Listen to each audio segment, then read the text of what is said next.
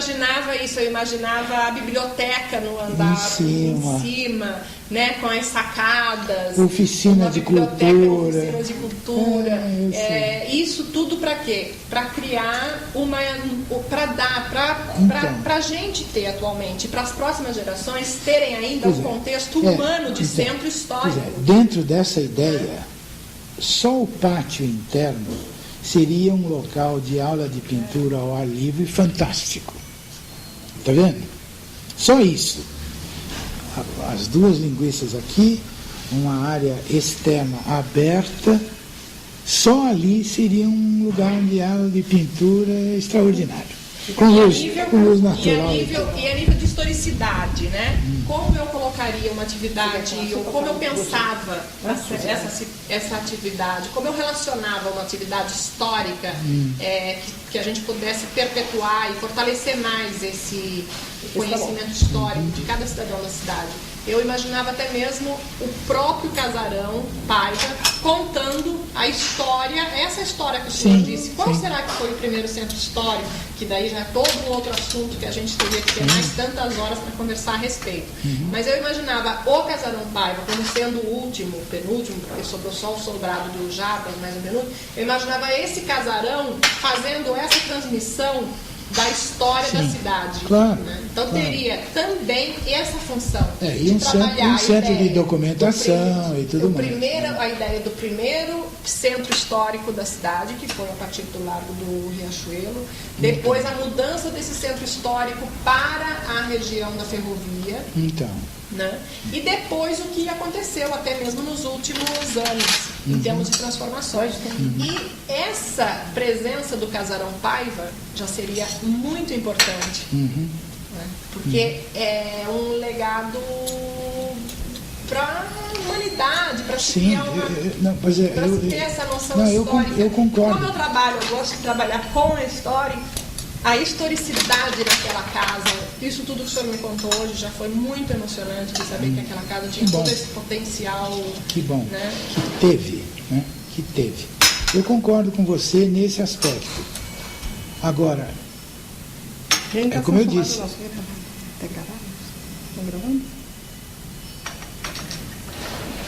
Você pensa que ele veio para gravar.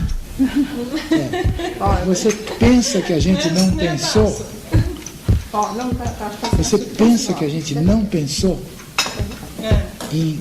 não com essa grandiosidade. Senhor, eu acho que o senhor pensou. Não com essa grandiosidade hoje de projeto. Hoje que eu tive o prazer de conhecer, eu acho que o senhor pensou assim. Todos os netos. Nós todos os netos. Eu cheguei um ano atrasada, porque foi vendido quando? Foi demolido, foi em janeiro. Foi exatamente no período que eu saí. Eu saí, viajei, quando eu voltei, demolido, não tinha mais nenhuma peça lá. Sobrou o azulejo só na parede do... Um dos azulejos... Que deve ser do banheiro, da cozinha. Mas é de Portugal. Para ser um espaço cultural menos importante, ou que seja, entendeu? Não. Ele, até porque ele sobrou ali, ele durante um tempo, né, que ficou com a família, ele ficou ali. E até porque é recente, disso eu não sabia que a sua mãe tinha falecido em 1997. É muito recente isso. Então, mas ela também falava em doação. Ela também falava nisso. E nós, e os netos e bisnetos, sabe? Aí, mas aconteceu. Mas será que o pessoal faria isso aqui? O que a gente sonhava? Não.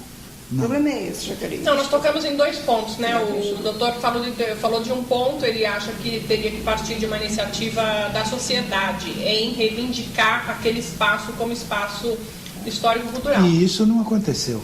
Não aconteceu porque ninguém pensou a respeito, né? Eu digo que realmente eu cheguei atrasada nesse processo, nesse sentido de... você poderia até catalisar isso tudo. Você até poderia catalisar esse esforço e tal, ou despertar a consciência da comunidade para isso. Não, eu sinceramente, objetivamente, eu teria pedido junto à promotoria e junto ao Condefat uma averiguação para um possível... Claro. Pois mas você não estava aqui, não é? A gente... Claro que a gente iria ponderar essa coisa toda. Claro. Qual é o interesse nosso? Porque o proprietário ele não tem que necessariamente ter prejuízo com essas Não, eu sei nessas disso. situações. Eu sei Existem disso. muitas vantagens, vamos dizer. A lei oferece dá muitas possibilidades Claro. do poder público trabalhar junto ao proprietário para que ninguém tenha prejuízo. Sim, Certo? sem dúvida. Porque para o poder público e para a população, com certeza é um lucro, é um investimento em cultura Pois é. política, numa política cultural Todo aquele quarteirão. pensada em preservar. Olha, eu falei para você que meu avô tinha casa na rua 1º de Março. Perto da... Como é que é? A igreja de São José ali, né, Eliana? É perto do vovô? É. Mas eu não sei, se você só me diz que é na rua do Rosário. Não, Eliana, lá no Rio, na rua 1º de Março. A igreja de São José, aquela? Depende. Não, é o convento aquele. Eu fiz aquela coisa, né? Então, você sabe. Então, do lado direito da parte de deputados é São José, o carregador mais bonito que tem, lá no Rio. Agora vai andando, depois perto do Paço Imperial. Passa além do Paço Imperial. São duas igrejas, é a do Carmo. Então é a igreja do Carmo. Tá bom. Todo aquele correr de casas ali, da igreja do Carmo até quase a esquina com a Avenida Presidente Vargas, a casa do meu avô era naquele correr ali. Todo aquele quarteirão foi tombado. Na esquina, onde era o prédio do Correio, etc., tudo ali.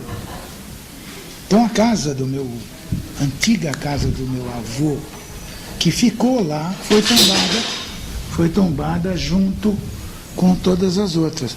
Mas não era mais nossa, porque meu avô vendeu a casa quando veio para a fazenda. Sim.